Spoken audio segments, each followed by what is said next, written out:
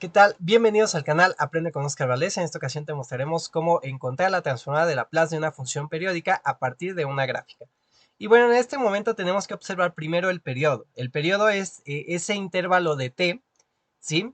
A partir del cual se vuelve a repetir. Aquí f de t vale 1, luego vale menos 1 y luego aquí vuelve a valer 1. Por lo tanto, el periodo sería 2a. Cada 2a se vuelve a repetir. Entonces vamos a empezar por ahí. El periodo es 2a. ¿De acuerdo? Vamos a escribir nuestra función f de t en el periodo. ¿Sí? En el periodo, pues recuerden, f de t va a valer 1 desde 0 menor o igual a t menor al valor de a. Y va a valer menos 1 a partir de a menor o igual a t menor a 2a. ¿De acuerdo? Y bueno, a partir de ahí se vuelve a repetir una y otra vez. Entonces, bueno, vamos a hacer este teorema que tenemos por aquí abajo. La transformada de Laplace de mi función f de t, sí que es periódica, es igual a 1 entre 1 menos el exponencial de menos st por la integral de 0 hasta el periodo, ¿sí? Del exponencial de menos st por f de t, diferencial de t. Aquí la voy a tener que hacer en dos partes porque tenemos una función definida a trazos, ¿de acuerdo?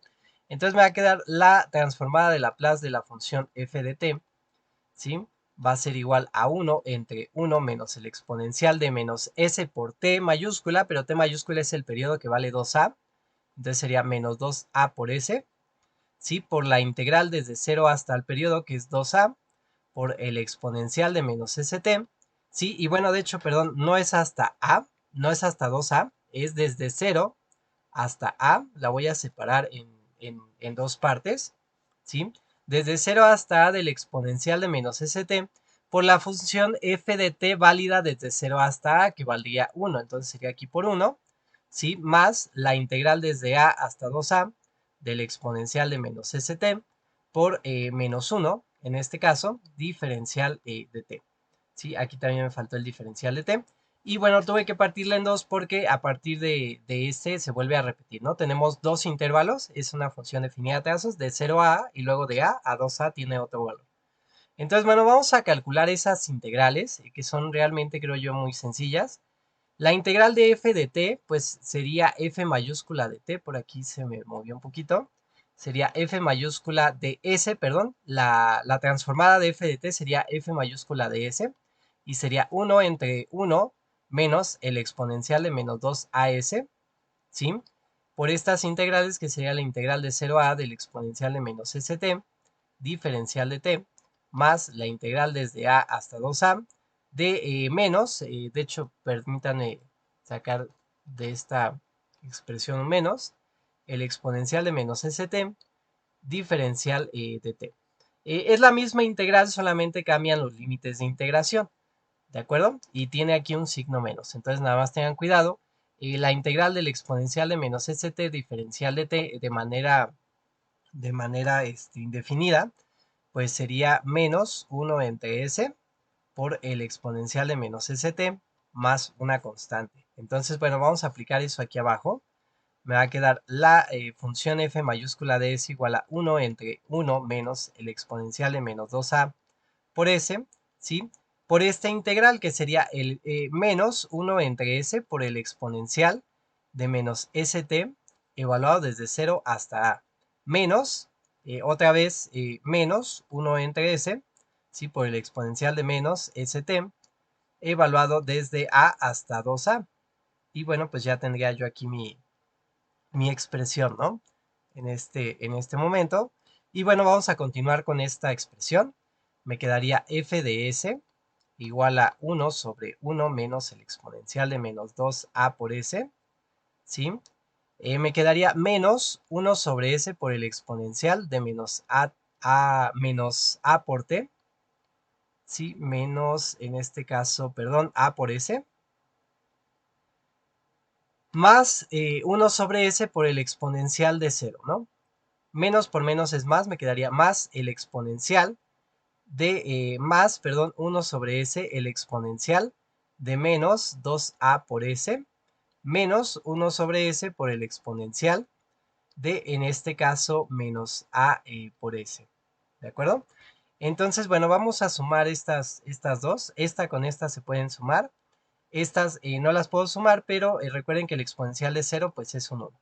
Entonces me quedaría que mi función, en este caso f de s, sería igual a 1 entre 1 menos el exponencial de menos 2as, ¿sí?